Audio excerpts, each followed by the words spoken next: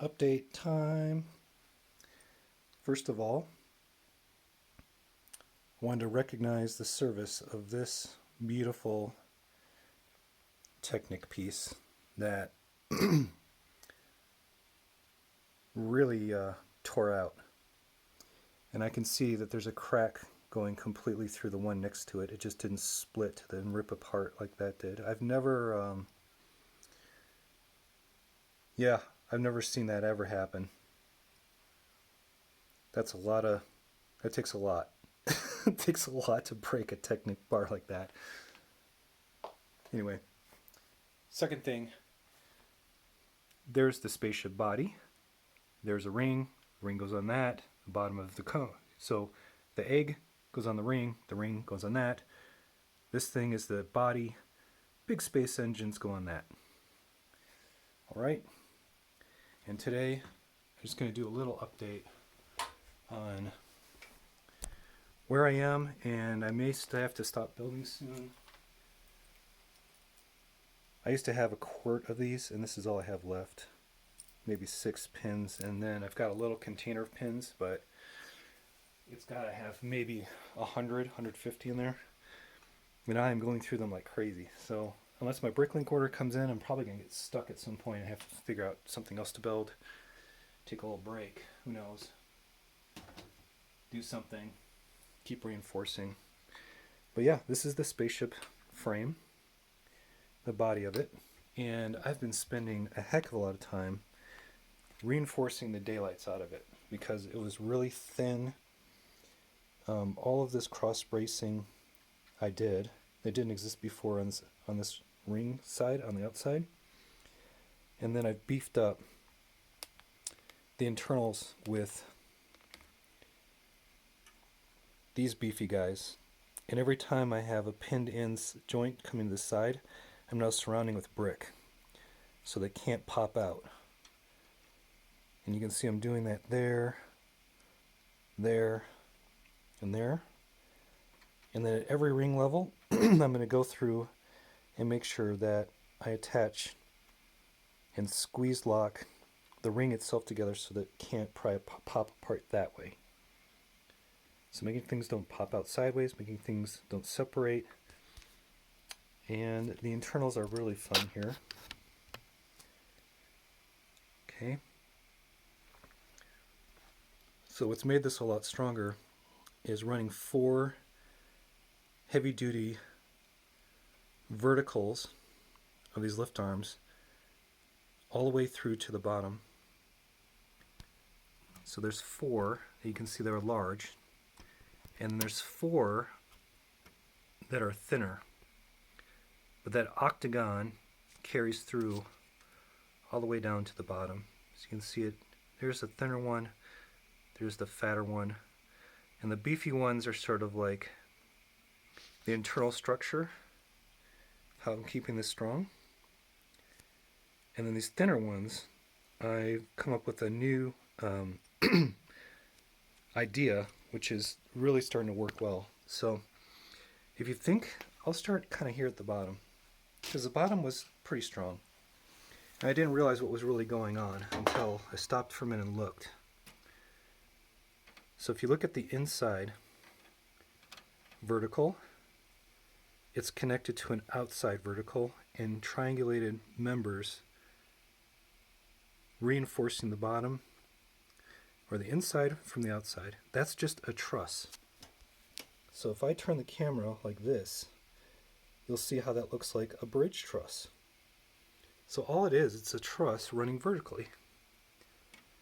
And having the inside connect and triangulate down here makes this bottom incredibly strong.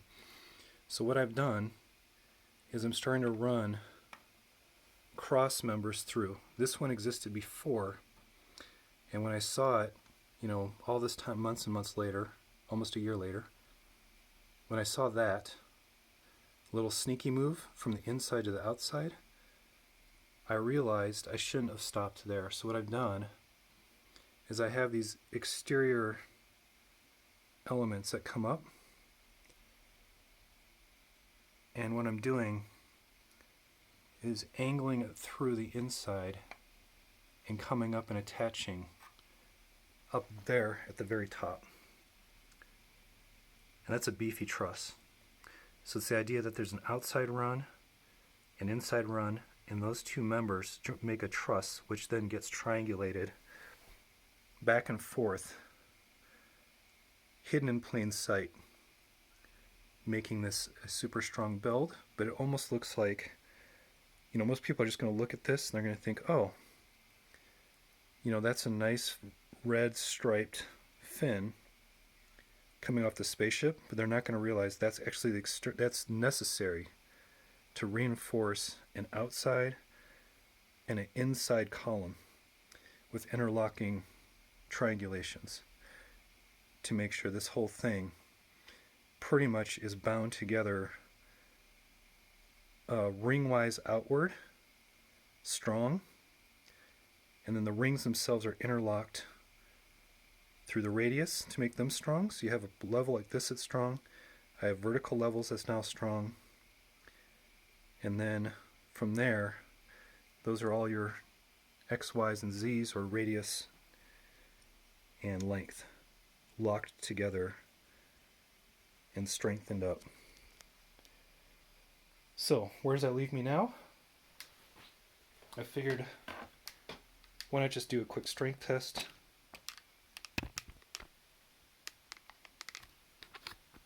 You guys have seen me pick up the egg before, so that's not necessary. Before, I couldn't pick up the body without stuff popping out of place. That was really the downfall of the first one.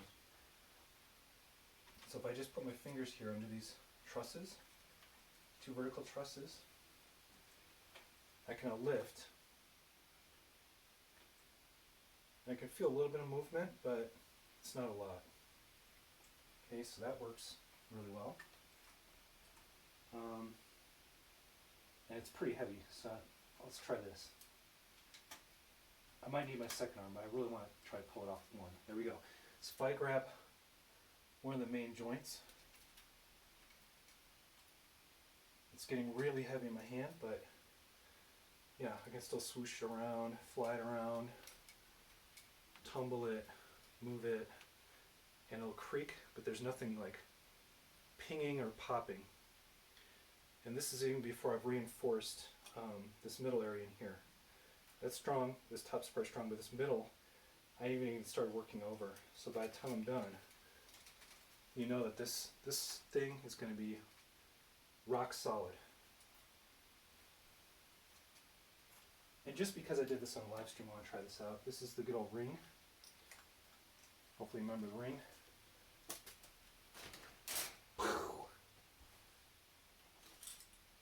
Doesn't even hurt it. But yeah, all the bits and pieces are coming together. And as soon as I can get that going, I'm going to have to figure out how to build a structure to hold it at that angle up in the air. Because at that point I'm going to have to put these two things together. The ring on top of that, and then that on top of that.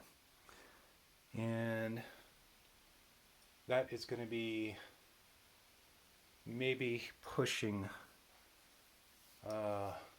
2 meters. It's going to be way too big for this basement, so I'm going to have to figure that out too. But I'll keep building. Hopefully I won't run out of parts, get something in the mail from Bricklink, and I can keep working on this. Alright?